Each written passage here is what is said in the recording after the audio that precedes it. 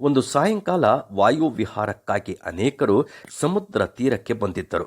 ಆ ಸಮಯದಲ್ಲಿ 6 ವರ್ಷಗಳ ಹೆಣ್ಣು ಮಗು ಹೇಗೋ ಜಾರಿ ಸಮುದ್ರದಲ್ಲಿ ಬಿದ್ದು ಹೋದಳು. ಅಲ್ಲಿದ್ದವರಲ್ಲಿ ಅನೇಕರು ಅಯ್ಯೋ ಅಯ್ಯೋ ಎಂದು ಕೂಗುತ್ತಿದ್ದರು. ಆದರೆ ಯಾರೂ ರಕ್ಷಿಸಲು ಮುಂದೆ ಬರಲಿಲ್ಲ. ಸುಮಾರು 44 ವರ್ಷಗಳ ಒಬ್ಬ ವ್ಯಕ್ತಿ ತನ್ನ ಹೆಂಡತಿಯೊಂದಿಗೆ ಅಲ್ಲಿಗೆ ಬಂದಿದ್ದರು. ಅವರು ಒಮ್ಮೆ ಹೃದಯಾಘಾತವಾಗಿ ಮರಣದಿಂದ ತಪ್ಪಿಸಿಕೊಂಡಿದ್ದರು.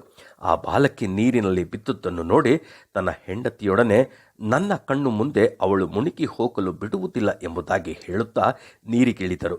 ತನಗೆ ಈಜಲಿಕ್ಕಾಗದಷ್ಟು ಗಟ್ಟಿಯಾಗಿ ಆ ಮಗುವು ಅವರನ್ನು ಹಿಡಿದುಕೊಂಡದ್ದರಿಂದ ಅವರು ನೀರಿನೊಂದಿಗೆ ಅವಳೊಂದಿಗೆ ಹೋರಾಡುತ್ತಾ ನಾವೆಗಳನ್ನು ನಿಲ್ಲಿಸುವ ಕಡೆಗೆ ಅವಳನ್ನು ಎಳೆದುಕೊಂಡು ಬಂದು ತೀರದಲ್ಲಿ ನಿಂತಿದ್ದವರಲ್ಲಿ ಕೆಲವರ ಸಹಾಯದಿಂದ ಆ ಬಾಲಕಿಯನ್ನು ಅವಳ ಹೆತ್ತವರ ಕೈಗಳಿಗೆ ಸುರಕ್ಷಿತವಾಗಿ ಒಪ್ಪಿಸಿದರು.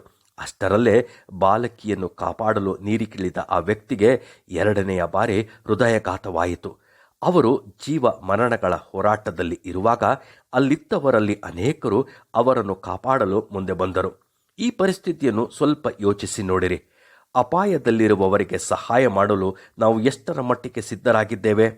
ವಾಹನಗಳು ಕೆಟ್ಟು ರಸ್ತೆಯ ಬದಿಯಲ್ಲಿ ನಿಂತಿರುವಾಗ ಅವರಿಗೆ ಸಹಾಯ ಮಾಡದೆ ಎಷ್ಟು ಸಲ ನಾವು ದಾಟಿ ಬಂದಿರಬಹುದು. ನಮ್ಮ ನೆರೆಯವರು ಆಸ್ಪತ್ರೆಗೆ ಹೋಗಲು ಸಹಾಯವನ್ನು ಕೇಳಿದಾಗ ಸಮಯ ಸಂದರ್ಭಗಳನ್ನು ನೋಡದೆ ಅವರಿಗೆ ಸಹಾಯ ಮಾಡಿರುವೆವಾ? ಪ್ರಿಯರೇ, ಪಾಪದ ಮಾರ್ಗದಲ್ಲಿ ನಿತ್ಯ ನಾಶನಕ್ಕೆ ಹೋಗುತ್ತಿದ್ದ ನಮ್ಮನ್ನು ರಕ್ಷಿಸಲು ಯೇಸು ಶಿಲುಬೆಯ ಮೇಲೆ ತನ್ನ ಪ್ರಾಣವನ್ನು ಅರ್ಪಿಸಿದರು. ಈ ಹೊತ್ತು ಆತನನ್ನು ನಂಬಿ ಆತನ ಕೈಗಳಿಗೆ ನಮ್ಮ ಜೀವಿತಗಳನ್ನು ಒಪ್ಪಿಸಿಕೊಟ್ಟರೆ ಆತನು ನಮ್ಮನ್ನು ನಿತ್ಯ ರಾಜ್ಯಕ್ಕೆ ಸೇರಿಸುವನು. ಇಂದು ನಾವು ಯಾವ ಕಡೆಗೆ ಸಾಗುತ್ತಿರುವೆವು?